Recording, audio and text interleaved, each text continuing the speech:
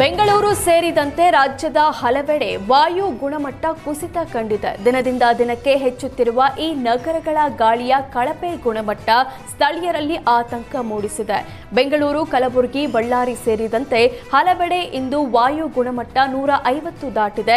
ಕೆಲ ದಿನಗಳ ಹಿಂದೆಯಷ್ಟೇ ತೀವ್ರ ಕಳಪೆ ಮಟ್ಟಕ್ಕೆ ಇಳಿದಿದ್ದ ಬೆಂಗಳೂರಿನ ಏರ್ ಕ್ವಾಲಿಟಿ ಇಂದು 174ಕ್ಕೆ ತಲುಪಿದೆ. ಕೆಲ ದಿನಗಳಿಂದ ಉಡುಪಿ, ಮಂಗಳೂರು ಸೇರಿದಂತೆ ಹಲವು ಜಿಲ್ಲೆಗಳ ಏರ್ ಕ್ವಾಲಿಟಿ ತೀರಾ ಕಳಪೆ ಮಟ್ಟಕ್ಕೆ ಇಳಿದಿತ್ತು. ಆದರೆ ಇಂದು ಅದೇ ಉಡುಪಿ, ಮಂಗಳೂರು, ಕಲಬುರಗಿ ಸೇರಿದಂತೆ ಹಲವೆಡೆಯ ವಾಯು ಗುಣಮಟ್ಟ 150ಕ್ಕಿಂತ ಹೆಚ್ಚಾಗಿದೆ. ಆದರೆ ಬೆಂಗಳೂರಿನ ವಾಯು ಗುಣಮಟ್ಟ WHO ಮಾನದಂಡಗಳ ಪ್ರಕಾರ ಇನ್ನೂ ಆರೋಗ್ಯಕ್ಕೆ ಮಾರಕವಾಗಿಯೇ ಇದೆ. ಸಿಲಿಕಾನ್ ಸಿಟಿ ಬೆಂಗಳೂರು ಸೇರಿದಂತೆ ರಾಜ್ಯದೆಲ್ಲೆಡೆ ಬಿಸಿಲಿನ ತಾಪಮಾನ ದಿನದಿಂದ ದಿನಕ್ಕೆ ಏರಿಕೆ ಆಗ್ತಾ ಇದ್ದು ಜನ ತತ್ತರಿಸಿ ಹೋಗಿದ್ದಾರೆ. ಭಾರತೀಯ ಹವಾಮಾನ ಇಲಾಖೆ ಮಾಹಿತಿ ಪ್ರಕಾರ ಬೆಂಗಳೂರಿನಲ್ಲಿ ಗರಿಷ್ಠ ತಾಪಮಾನ 33.4 ಡಿಗ್ರಿ ಸೆಲ್ಸಿಯಸ್ ದಾಖಲಾಗಿದೆ.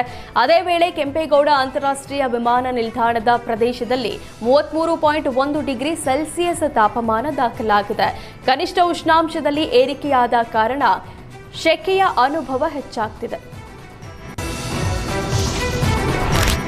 ಬಿಎಂಟಿಸಿ ಬಸ್ಗಳಲ್ಲಿ ಪ್ರಯಾಣಿಕರ ಅನುಕೂಲಕ್ಕಾಗಿ ಕಂಡಕ್ಟರ್ಗಳ ಮೂಲಕ ಡಿಜಿಟಲ್ ಪಾವತಿಯ ವ್ಯವಸ್ಥೆಯನ್ನು ಜಾರಿಗೊಳಿಸಲಾಗಿದೆ. ಆದರೆ ಬಿಎಂಟಿಸಿ ಕಂಡಕ್ಟರ್ಗಳಿಗೆ ತಲೆನೋವಾಗಿ ಪರಿಣಮಿಸಿದೆ. ಬಿಎಂಟಿಸಿಯಲ್ಲಿ ಯುಪಿಐ ಪೇ ಜಾರಿ ಬಳಿಕ ಹೊಸ ಬಗೆಯ ವಂಚನೆ ಮಾಡುತ್ತಿದ್ದಾರೆ ಕೆಲ ಪ್ರಯಾಣಿಕರು.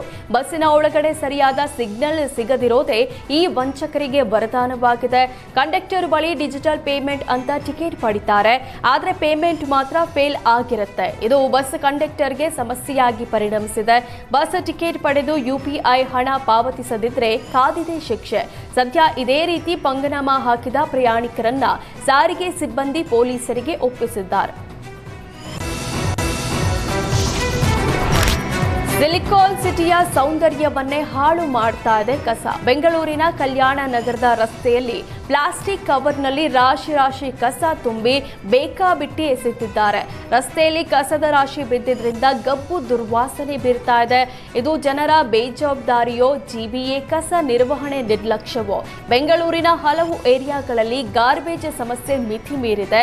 ಸಾಮಾಜಿಕ ಜಾಲತಾಣಗಳಲ್ಲಿ ರಸ್ತೆ ಬದಿಯ ಕಸದ ರಾಶಿಯ ವಿಡಿಯೋ ಹಾಕಿ ಸಾರ್ವಜನಿಕರು ಆಕ್ರೋಶ ವ್ಯಕ್ತಪಡಿಸುತ್ತಿದ್ದಾರೆ. ಚಿತ್ರದುರ್ಗದಲ್ಲಿ ನಿನ್ನೆ ಬಿಜೆಪಿಯಿಂದ ಎಸ್ಟಿ ಜನಾಂದೋಲನ ಸಭೆ ನಡೆದಿದೆ. ಎಸ್ಸಿಗೆ ಶೇಕಡ 17, ಎಸ್ಟಿಗೆ ಶೇಕಡ 7 ಮೀಸಲಾತಿ ಪಡೆಯಲು ಹೋರಾಟಕ್ಕೆ ಪ್ಲಾನ್ ಮಾಡಲಾಗಿದೆ. ಸಭೆಯಲ್ಲಿ ರಾಜ್ಯ ಸರ್ಕಾರದ ವಿರುದ್ಧ ಮಾರ್ಚ್ 22ಕ್ಕೆ ಚಿತ್ರದುರ್ಗದಿಂದ ವಿಧಾನಸೌಧಕ್ಕೆ ಪಾದಯಾತ್ರೆ ಮಾಡೋ ಬಗ್ಗೆ ಬಿಜೆಪಿ ಘೋಷಣೆ ಮಾಡಿದೆ. ಮಾರ್ಚ್ 27ಕ್ಕೆ ಬೆಂಗಳೂರಲ್ಲಿ ವಿಧಾನಸೌಧಕ್ಕೆ ಮುತ್ತಿಗೆ ಹಾಕಲಾಗುತ್ತೆ. ಒಂದು ವೇಳೆ ಸರ್ಕಾರ ಸ್ಪಂದಿಸದಿದ್ರೆ ಹೋರಾಟ ಮತ್ತೊಂದು ಮಗ್ಗಲು ಪಡೆಯಲಿದೆ ಅಂತ ಬಿಜೆಪಿ ನಾಯಕರು ಎಚ್ಚರಿಕೆ ನೀಡಿದ್ದಾರೆ.